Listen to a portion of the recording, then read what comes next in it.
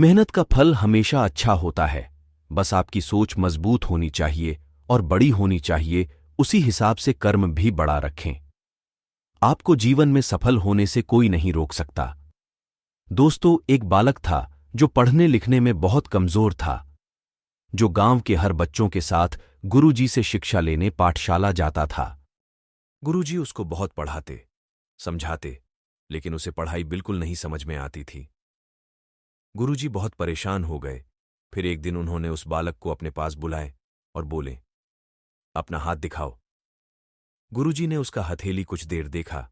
हथेली देखने के बाद गुरुजी ने कहा, बेटा तुम घर चले जाओ, पढ़ाई लिखाई तुम्हारे बस की बात नहीं है। तो उस बालक ने बोला, आप ऐसा क्यों बोल रहे हैं गुरुजी?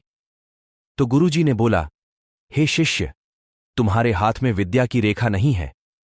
उस शिष्य ने गुरुजी से बोला कि विद्या की रेखा कैसी होती है?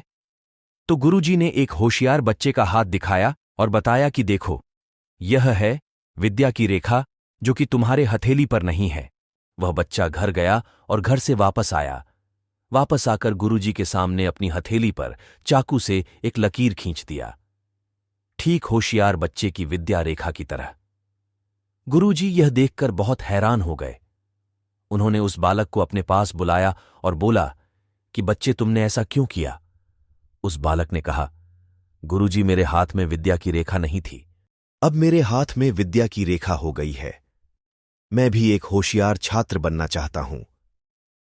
दोस्तों, क्या आपको पता है कि वह बच्चा कौन था? वह बच्चा कोई और नहीं बल्कि महान संस्कृत व्याकरण ज्ञानी पाणिनि थे। इन्होंने अष्टाध्यायी नामक ग्रंथ लिखा, जिसमें 8 अध्याय और लगभग 4000 से भी ज्यादा सूत्र है।